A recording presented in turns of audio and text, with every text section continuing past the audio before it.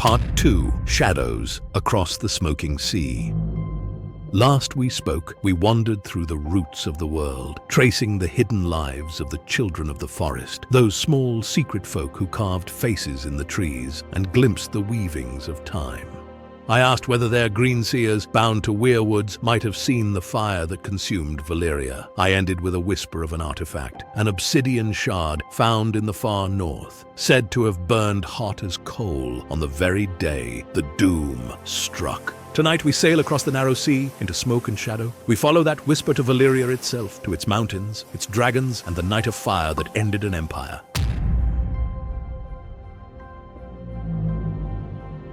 To understand the doom, we must first understand Valyria. 400 years before Aegon's conquest, Valyria ruled an empire that spanned half the known world. From the headwaters of the Rhoyne to the distant lands of Sothorios, their banners flew. They raised the roads of fused stone, black and smooth, said to be harder than steel. They built towers of such height and grace that even the high tower of Old Town seemed crude beside them. Their language became the common tongue of Essos. At the heart of their power were the 14 Flames, the ring of volcanoes on the Valyrian peninsula. These were no ordinary mountains. They burned with a fire, both natural and unnatural, for the Valyrians delved into their depths, shaping the molten earth with sorcery. From those fires, they drew dragon glass and steel, weapons that bent but did not break. From those fires, too, came the dragons. Valyrians learned not only to tame but to breed them,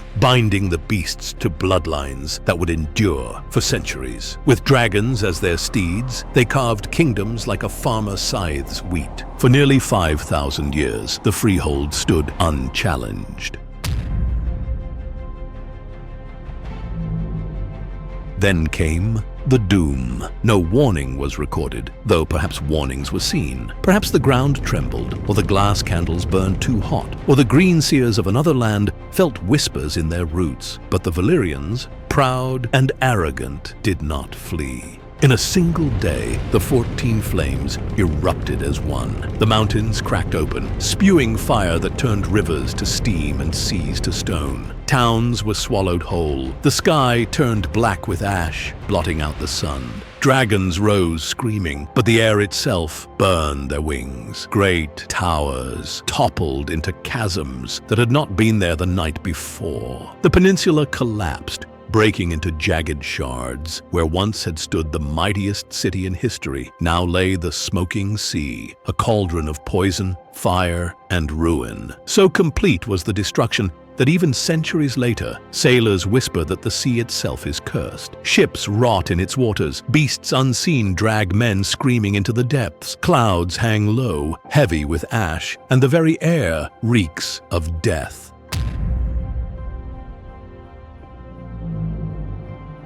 Of all Valyria's dragon lords, only a handful escaped by accident of absence. The Valyrians had long since settled on Driftmark, closer to Westeros. The Celtigars, too, were far from the peninsula, and the Targaryens, little more than a minor house among the Freehold, had relocated to Dragonstone a century before the doom, at the urging of Daenys the Dreamer, whose prophetic vision foresaw Valyria's end. All other great houses of Valyria, the mighty dynasties who ruled vast legions of dragons, were gone. The Freehold, after 5,000 years, was no more. And what of the shard? It is said that in the haunted forests beyond the wall, the children of the forest kept caverns lined with obsidian. One such shard, buried deep in a cavern root, was discovered long after. Men who handled it swore it pulsed faintly with heat, though no fire touched it. Some maesters dismiss this as legend, yet the tale persists, whispered among wildlings, traders, and even found in fan theories, which we do love. If true, then this shard suggests a connection. Obsidian was the children's weapon, and Valyria's tool alike. If magic binds the substance, then perhaps the doom's eruption reverberated through every vein of obsidian in the world, carrying its echo even to the far north.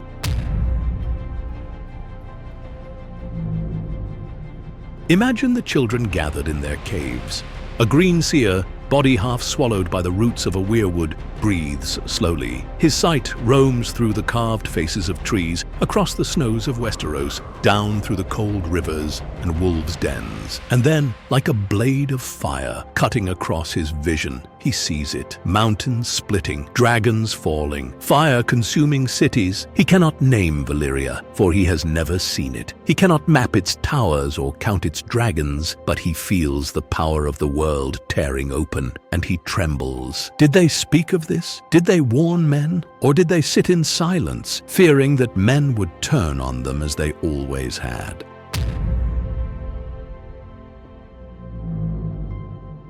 The doom has never been explained. Even the greatest minds of the Citadel argue endlessly. Let me share the leading theories. Natural catastrophe. The simplest answer: the 14 flames, chained by sorcery for centuries, finally broke free. The pressure beneath the earth built until it erupted. The doom was inevitable, merely delayed by Valyrian magic. Sorcerous overreach. Others insist it was the Valyrians themselves who caused it. Perhaps they wove too many spells into the earth, or sought to create greater dragons by meddling with fire and blood. If so, their pride destroyed them.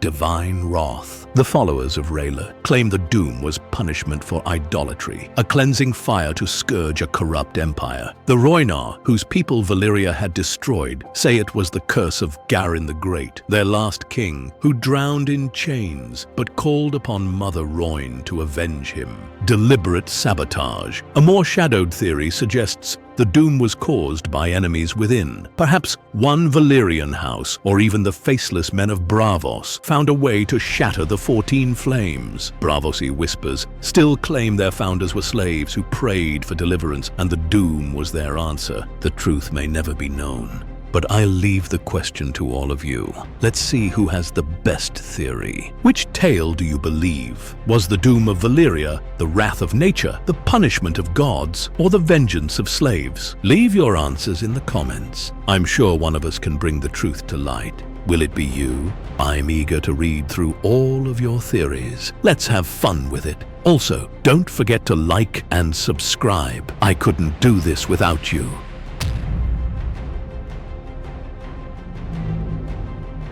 Today, centuries later, the smoking sea still bubbles with ruin. Sailors speak of black waves that rot wood and boil flesh. They tell of creatures swimming in the depths, twisted by fire and ash. Some swear they have seen dragons flying above the smoke, though no maester believes such tales. The ruined city of Valyria itself is said to still stand, though in shattered form, its towers leaning like broken teeth, its streets flooded with molten rivers. Few who have sailed near have returned. Those who did often came back half mad, speaking of whispers in the smoke, or of stone men, those afflicted with grayscale, wandering the ruins like cursed shades. The smoking sea is not merely a place, it is a wound upon the world.